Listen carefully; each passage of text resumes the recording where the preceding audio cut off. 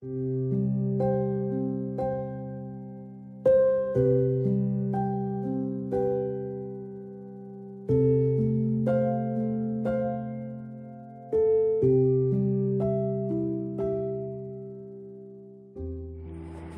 Bapak Ibu Saudara kasih dalam Tuhan.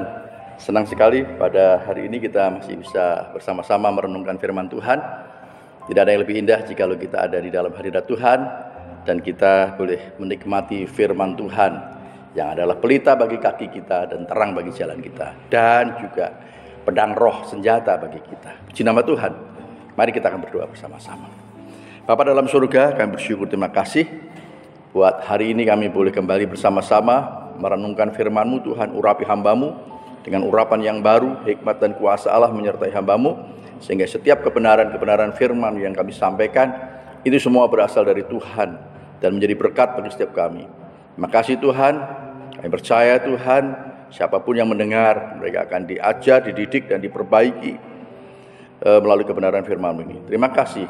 Segala roh-roh yang coba melemahkan kami tolak, kami singkirkan di dalam nama Yesus. Roh Kudus yang akan memimpin dari awal sampai pada akhirnya.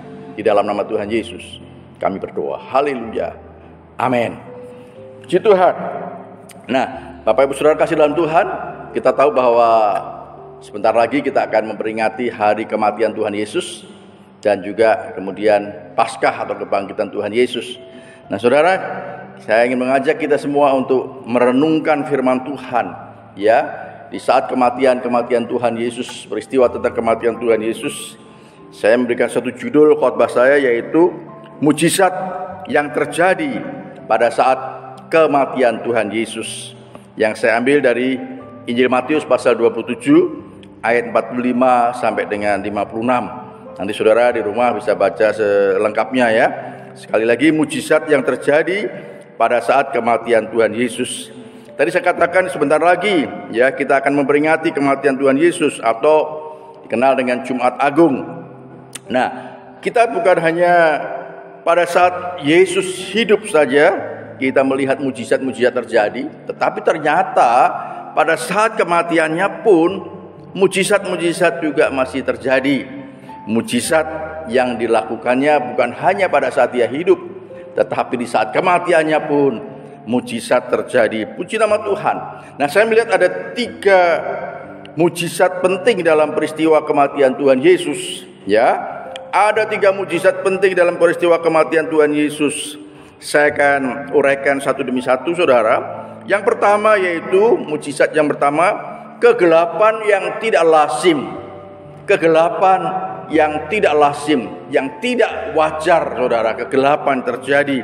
Nah, saudara, di dalam Injil Matius pasal 27 ayat yang ke-45, di sana dikatakan, mulai dari jam 12 kegelapan meliputi seluruh daerah itu sampai jam 3. Ya, 12, jam 1, 2, 3. 3 jam terjadi kegelapan yang saya katakan tidak lazim, yang tidak wajar, saudara. Pada saat Yesus disalib, saudara, terjadi kegelapan yang luar biasa, saudara, sehingga mereka semua tidak bisa melihat satu dengan yang lain, saudara. Ini sesuatu hal yang luar biasa. Mujizat terjadi, kegelapan yang luar biasa. Nah, saudara, ini mempunyai satu pelambang atau suatu tanda, ya, suatu peristiwa ini merupakan satu tanda terjadi kegelapan yang tidak lazim, melambangkan bahwa manusia semua hidup dalam kegelapan. Ya, kegelapan berbicara tentang dosa. Jadi peristiwa tentang kematian Tuhan Yesus di atas kayu salib menunjukkan, menyatakan bahwa semua manusia itu sudah jatuh di dalam dosa. Di dalam Roma pasal 3:23 di sana dengan jelas, ya, semua orang telah berbuat dosa dan kehilangan kemuliaan Allah. Nah, saudara, ini menunjukkan bahwa benar-benar melalui peristiwa kematian Tuhan Yesus itu kegelapan terjadi, bahwa manusia tidak terkecuali siapapun, mereka berada di dalam kegelapan, berada di dalam dosa. Ya, sehingga kegelapan yang terjadi ini membutuhkan satu terang. Ya, dosa membutuhkan terang yang akan dapat menyucikan atau menghapuskan segala dosa-dosa. Manusia yang berdosa membutuhkan terang yang akan menyucikan dosa-dosa mereka. Nah saudara, tidak ada cara lain saudara. Peristiwa tentang kematian Tuhan Yesus menunjukkan bahwa semua orang telah berbuat dosa dan kehilangan kemuliaan Allah, dan mereka membutuhkan keselamatan. Mereka membutuhkan terang yang akan menghapuskan segala dosa-dosa mereka. Nah saudara, Yesus adalah terang dunia. Yesus adalah terang dunia. Yohanes 8 ayat 12 dengan jelas mengatakan, akulah terang dunia. Yesus adalah terang dunia. Puji nama Tuhan. Sesuatu yang sangat luar biasa. Pada intinya bahwa mereka semua manusia sudah jatuh dalam dosa, dan mereka membutuhkan Yesus untuk mendapatkan keselamatan. Mereka membutuhkan terang yang adalah Yesus sendiri adalah terang dunia. Puji nama Tuhan. Haleluya. Kematiannya di atas kayu salib untuk memindahkan kita dari kegelapan kepada terangnya yang ajaib. Dari kegelapan kepada terangnya yang ajaib. Tuhan mau supaya kita dipindahkan. Kita tidak lagi di dalam hidup dalam dosa. Manusia tidak lagi hidup dalam dosa, karena dosa adalah kekejian bagi Tuhan. Dan mereka tidak ada lain, tinggal menanti upah daripada dosa, yaitu hukuman kekal atau maut. Nah saudara, puji nama Tuhan. Di dalam 1 Petrus pasal 2 ayat yang ke-9 mengingatkan kepada kita, tetapi kamulah bangsa yang terpilih, imamat yang rajani, bangsa yang kudus, umat kepunyaan Allah sendiri, supaya kamu memberitakan perbuatan-perbuatan yang besar dari Dia yang telah memanggil kamu keluar, perhatikan, dari kegelapan kepada terangnya yang ajaib. Nah saudara, peristiwa tentang kematian Tuhan Yesus, mujizat yang terjadi yaitu terjadinya kegelapan, menyatakan bahwa manusia semua sudah jatuh dalam dosa dan membutuhkan terang itu supaya mereka dipindahkan dari gelap kepada terangnya yang ajaib. Nah saudara, puji nama Tuhan, sangat-sangat luar biasa. Yesus, peristiwa kematiannya pun disertai dengan mujizat-mujizat yang luar biasa. Nah saudara, mari bersyukurlah jikalau saudara sekarang sudah ada di dalam terangnya yang ajaib itu. Saudara, namun ini firman Tuhan tadi mengingatkan kepada kita supaya kita memberitakan perbuatan-perbuatannya yang ajaib, perbuatan-perbuatannya yang besar, supaya mereka yang masih di dalam kegelapan, mereka juga dipindahkan dari gelap kepada terangnya yang ajaib. Puji nama Tuhan. Haleluya. Kematiannya di atas kayu salib untuk memindahkan dari kegelapan kepada terangnya yang ajaib. Puji nama Tuhan. Itu bagian yang pertama. Bagian yang kedua saudara, mujizat yang kedua yang kita lihat di dalam peristiwa tentang kematian Tuhan Yesus, yaitu tabir bait suci terbelah menjadi dua. Tabir bait suci terbelah dua dari atas sampai ke bawah saudara. Nah saudara, kita bisa membaca di dalam Injil Matius pasal 27 ayat yang ke-51. Dan lihatlah, tabir bait suci terbelah dua dari atas sampai ke bawah. Ya, saudara, sampai di sini aja. Dan lihatlah, tabir bait suci terbelah dua dari atas sampai ke bawah. Saudara, ini sesuatu yang luar biasa. Saudara, tabir ini merupakan suatu pembatas saudara, di mana kita tidak bisa langsung masuk ke dalam ruang Maha Kudus. Ya, tetapi dengan peristiwa kematian Tuhan Yesus yang dinyatakan bahwa tabir bait suci terbelah melambangkan tubuh Yesus yang tersobek, tubuh Yesus yang tercaci-caci saudara, untuk membuka supaya tidak ada lagi pemisah antara Allah dan kita manusia. Puji nama Tuhan. Supaya kita dapat berdamai dengan Allah. Kita tahu bahwa kita semua dulu saat kita masih di dalam dosa saudara, saat kita masih di dalam kegelapan, kita semua adalah seteru Allah. Firman Tuhan dengan jelas mengatakan demikian. Di dalam Roma pasal 5 ayat 10 di sana dikatakan kita semua adalah seteru Allah. Namun kita bersyukur saudara, ada satu lambang yang menyatakan bahwa saat kita melihat bahwa tabir bait suci terbelah dari atas ke bawah, menyatakan bahwa kita sudah diperdamaikan dengan Allah. Wah, luar biasa saudara. Puji nama Tuhan. Di dalam Kolose 1 ayat 22 di sana juga dikatakan, sekarang diperdamaikannya di dalam tubuh jasmani Kristus oleh kematiannya, untuk menempatkan kamu kudus dan tak bercela dan tak bercacat di hadapannya. Puji nama Tuhan. Kita sekarang diperdamaikannya melalui peristiwa mujizat yang terjadi ya di saat Yesus mati di atas kayu salib. Saudara, tabir bait suci terbelah menjadi dua. Kita tidak lagi berseteru dengan Allah, tetapi kita sudah menjadi menjadi anak-anak Allah yang kita bisa langsung berdoa, berseru kepada Bapa yang ada di sorga yang mulia. Puji nama Tuhan. Haleluya, haleluya. Tidak ada pemisah lagi antara Allah dengan umatnya. Tidak ada pemisah lagi antara Allah dengan umatnya. Tidak ada pemisah lagi antara orang-orang Yahudi dan bangsa-bangsa lain. Saudara, wah, dulu itu saudara, bangsa Israel atau orang Yahudi menjadi umat pilihan Allah, saudara, yang mereka saja dipilih oleh Tuhan, tetapi karena penolakan mereka, sehingga pada akhirnya ya bukan mereka saja, tetapi kita pun juga menjadi umat pilihan Allah. Orang-orang yang percaya dan menerima Yesus sebagai Tuhan dan Juru Selamat, kita semua adalah umat pilihan Allah. Wah, luar biasa. Bahkan firman Tuhan katakan, kita semua adalah warga kerajaan surga. Haleluya, puji nama Tuhan.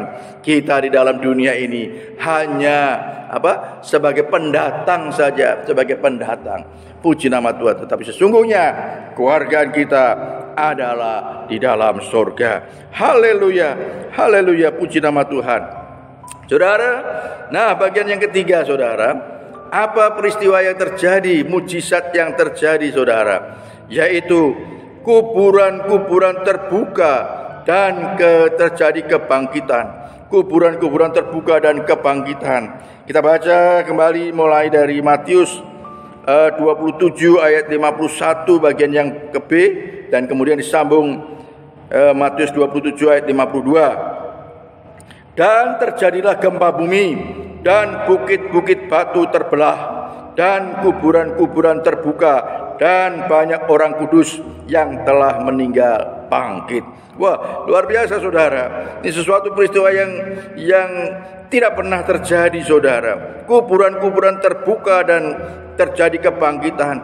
Puji nama Tuhan. Kehadiran Allah pada peristiwa kematiannya melambangkan bahwa Dia akan hadir dan menyertai kita selama-lamanya. Puji nama Tuhan. Kehadirannya dan penyertaannya kepada kita untuk menolong kita, untuk menghibur kita, dan untuk memimpin kita dalam seluruh kebenaran. Puji nama Tuhan. Kita tidak ditinggalkan menjadi yatim piatu, firman Tuhan katakan demikian, tetapi Dia menyertai kita selama-lamanya. Allah hadir pada saat peristiwa kematian Tuhan Yesus, saudara, sehingga kubur-kubur boleh terbuka dan mereka bangkit. Wah, luar biasa saudara. Puji nama Tuhan. Haleluya. Puji nama Tuhan. Nah saudara, di dalam 1 Tesalonika pasal yang keempat ayat yang ke-16.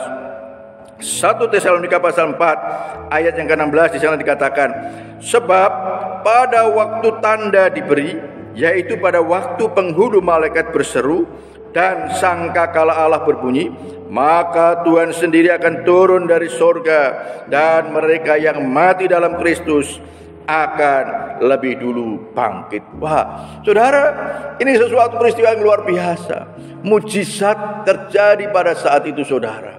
Ya, kubur terbelah, terbuka menjadi dua dan terbuka, dan kemudian mereka yang mati dalam Kristus bangkit. Saudara, ya, ini yang sering kita sampaikan dan kita dengar pada waktu dalam ibadah penutupan peti atau pemberkatan jenazah, saudara, sering mendapatkan firman Tuhan ini yang mengatakan bahwa mereka yang mati dalam Tuhan, ya, mereka yang mati dalam Tuhan, artinya apa saudara? Mereka yang sampai akhir hidupnya tetap setia dan taat pada Tuhan Yesus, maka mereka kelak akan dibangkitkan. Ya, mereka sudah mati lebih dulu, mereka akan dibangkitkan. Dan kemudian menyusul kita yang masih hidup, kita akan diangkat di awan-awan bersama dengan Tuhan. Nah, puji nama Tuhan saudara. Puji nama Tuhan. Haleluya. Ya, dikatakan maka kita pun kelak juga akan mengalami kebangkitan.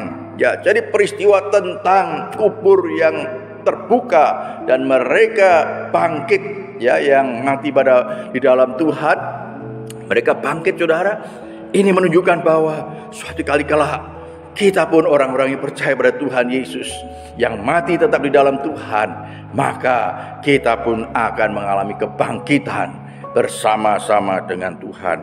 Dan di dalam 1 Tesalonika pasal 4 ayat 14 di sana dikatakan kita akan dikumpulkan dengan Yesus. Wah, kita akan dikumpulkan dengan Yesus. Kita tahu bahwa Yesus ada di surga. Kita akan dikumpulkan bersama-sama dengan Yesus di surga. Saudara, saya bersyukur saudara saat saya merenungkan firman Tuhan. Oh, Yesus ternyata melakukan mujizat bukan saat pada masa hidupnya, tetapi di saat kematiannya pun ada mujizat-mujizat yang terjadi, yang sekaligus menjadi satu pertanda, suatu lambang yang akan terjadi bagi kita-kita yang masih hidup. Puji nama Tuhan, haleluya. Puji nama Tuhan. Bagian yang terakhir, bagian yang keempat. Nah, saudara, dengan mengingat dan melihat peristiwa tentang mujizat-mujizat yang terjadi itu saudara, saya menekankan di bagian yang keempat, tetaplah bertekun di dalam iman. Tetaplah bertekun di dalam iman. Kolose 1 ayat 23 di sana dikatakan, sebab itu kamu harus bertekun dalam iman, tetap teguh dan tidak bergoncang, dan jangan mau digeser dari pengharapan Injil yang telah kamu dengar dan yang telah dikabarkan di seluruh alam di bawah langit, dan yang aku ini Paulus telah menjadi pelayannya. Puji nama Tuhan. Firman Tuhan mengingatkan pada kita, sebab itu kamu harus bertekun dalam iman. Nah saudara, iman kepada Tuhan Yesus, iman yang menyelamatkan itu harus kita tekuni saudara. Orang yang bertekun tidak mudah digeser, ya, tetap teguh apapun yang terjadi. Karena dia bertekun, karena dia tahu bahwa ada pengharapan yang pasti, ada satu janji kehidupan yang kekal yang disediakan bagi kita. Oleh sebab itu, mari saudara, kita tetap bertekun. Bertekun dengan dalam iman. Ya saudara, tidak mau tergeser, tidak terpengaruh dengan pengajaran-pengajaran apapun yang tujuannya adalah apa? Menggeser iman kita supaya tidak lagi percaya bahwa Yesus adalah Tuhan dan juru selamat. Nah, saudara masih ingat ya, beberapa waktu yang lalu khotbahnya Pak Nelis ya, ada mengingatkan bahwa mereka sudah mulai tidak lagi mengenal Yesus sebagai Tuhan dan juru selamat, tetapi mereka mengagumi Yesus saja. Ya, saudara, ada banyak saudara pengajar di sekitar kita yang mereka bukan lagi mempercayai Yesus sebagai Tuhan dan juru selamat, tetapi mereka hanya mengagumi Yesus. Mereka melihat bahwa Yesus adalah sosok tokoh, ya, yang dikagumi, tetapi bukan lagi sebagai Tuhan dan juru selamatnya. Nah, saudara, ini sangat penting sekali saudara. Mari firman Tuhan mengingatkan kepada kita supaya kita bertekun di dalam iman. Bertekun di dalam iman. Apapun yang terjadi dalam kehidupan kita, mari kita tetap bertekun di dalam iman. Nah saudara, di dalam Kolose pasal 4 ayat yang kedua juga di sana dikatakan, bertekunlah dalam doa, dan dalam pada itu berjaga-jagalah sambil mengucap syukur. Kolose pasal 4 ayat yang kedua. Di dalam 1 Timotius pasal 4 ayat 13, di sana juga dikatakan, sementara itu sampai aku datang, bertekunlah dalam membaca kitab-kitab suci, dalam membangun dan dalam mengajar. Nah saudara, kita melihat dari ketiga ayat ini, supaya kita bertekun di dalam iman, bertekun di dalam doa, bertekun di dalam membaca firman Tuhan, ya. Kalau saudara di sini katakan bertekunlah dalam membaca kitab-kitab suci, bukan berarti kitab-kitab sucinya orang lain juga, bukan. Tetapi perjanjian lama, perjanjian baru, ya. Kitab perjanjian lama, kitab perjanjian baru kita baca dengan tekun, saudara. Mari tetap bertekun dalam iman kepada Tuhan Yesus, sebab Dialah yang menyelamatkan kita. Iman kepada Tuhan Yesus itulah yang menyelamatkan kita. Haleluya.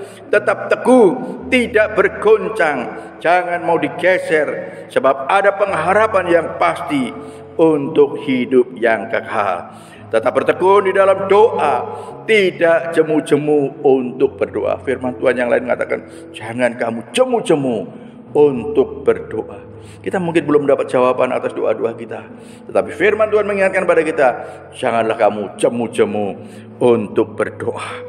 Tetap bertekun di dalam membaca firman Tuhan, ya, yang adalah pelita terang dan senjata bagi kita, pedang roh. Haleluya, puji nama Tuhan. Saudara, sekali lagi saudara, peristiwa tentang kematian Tuhan Yesus, ada 3 mukjizat yang sangat penting yang menjadikan satu perlambangan bagi kita.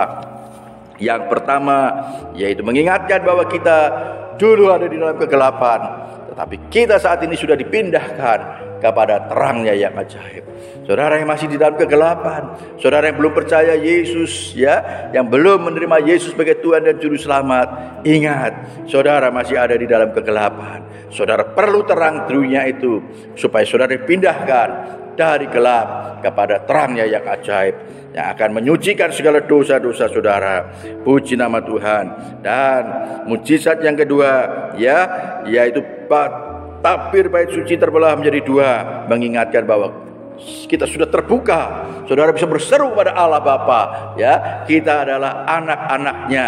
Kita berseru kepada Bapa. Mohon pertolongan Tuhan, mohon pimpinan Tuhan dengan berseru, ya Bapa, ya Aba. Puji nama Tuhan. Haleluya. Kuburan-kuburan terbuka dan kebangkitan menandakan bahwa suatu kali kelak kita pun juga akan mengalami kebangkitan, dan Dia menyertai kita selama-lamanya. Mari saudara, tetaplah bertekun di dalam iman, tetap bertekun di dalam doa, dan tetap bertekun di dalam membaca kitab-kitab suci firman Tuhan. Tuhan Yesus memberkati kita semua. Amin. Mari kita akan berdoa. Bapa Surgawi, kami bersyukur, terima kasih buat hari ini kami boleh kembali disegarkan, diingatkan melalui firman-Mu Tuhan. Biarlah kiranya firman-Mu akan tertanam di dalam hati kami. Firman-Mu akan mengajar, mendidik, memperbaiki kami. Ya Tuhan, terima kasih. Terima kasih Tuhan Yesus. Terus siapapun yang mendengar firman Tuhan, dilawat oleh Tuhan, dijamah oleh Tuhan. Terpujilah nama-Mu Tuhan. Kami ucap syukur di dalam nama Tuhan Yesus. Kami sudah berdoa. Haleluya. Amin. Ya, Bapak Ibu Saudara kasih dalam Tuhan, saya ingin menyampaikan pengumuman yang cukup penting buat kita semua. Yang pertama, bahwa sebentar lagi, ya, hari Minggu di tempat ini jam 8.30 akan diadakan donor darah. Ya, seperti biasa kalau bulan Ramadan biasanya kita diminta dari PMI untuk membantu donor darah. Karena saudara-saudara kita, mereka yang sedang berpuasa, mereka biasanya tidak mau mendonorkan darahnya. Jadi mereka sangat berharap dari gereja-gereja, dari anak-anak Tuhan untuk menjadi pendonor darah. Puji Tuhan, besok, ya, atau hari Minggu tanggal 10 ini kita bisa melaksanakannya. Itu yang pertama. Yang kedua, seperti biasa bahwa tanggal 15, yaitu Jumat Agung, kita akan mengadakan ibadah memperingati kematian Tuhan Yesus. Nah, kita hanya ibadah 1 kali saja, sehingga saudara silahkan hadir, saudara, jam 6 pagi, sore tidak ada. Kemudian juga tanggal 17-nya hari Minggu, yaitu memperingati Paskah atau kebangkitan Tuhan Yesus, kita juga hanya ibadah 1 kali saja. Karena di situ ibadah dan perayaan akan dilaksanakan jam 5 pagi. Ya, puji nama Tuhan. Sekali lagi jam 5 pagi ya saudara, tanggal 17. Saudara silahkan hadir bersama-sama tanggal 17 itu, karena ibadahnya hanya 1 kali saja. Itu yang kedua. Yang ketiga, nah, karena kondisi sekarang sudah semakin membaik, puji nama Tuhan, ya. Dan kita melihat anak-anak sekolah sudah juga bisa bersekolah tatap muka langsung. Kemudian di angkutan-angkutan transportasi juga mereka sudah bebas duduk tanpa ada jarak. Ya, kemudian di ruang tunggu di rumah sakit juga saya melihat mereka juga sudah duduk, ya tidak ada jarak lagi. Artinya mereka sudah tidak menjaga jarak gitu ya. Tetapi mereka masih tetap memakai masker, ya, tetap protokol kesehatan yang lain masih tetap dilaksanakan. Nah, sehubungan dengan hal itu, saudara, mulai tanggal 15 itu, ya, tanggal 15 April 2022, kita tidak lagi mengadakan ibadah secara online. Kita hanya offline atau tatap muka langsung di gereja pagi dan sore ya kalau hari Minggu seperti biasa. Selain tanggal 17 tentunya, tanggal 24 nanti ya kita ibadah pagi dan sore. Tetapi tanggal 15 dan 17 kita sudah tidak ada lagi saudara online ya. Oleh sebab itu saudara harus hadir. Saya berharap saudara yang biasa ibadah secara online, saudara akan kembali semangat untuk ibadah secara offline atau di gereja tatap muka. Di nama Tuhan, Tuhan Yesus berkati kita semua. Amin.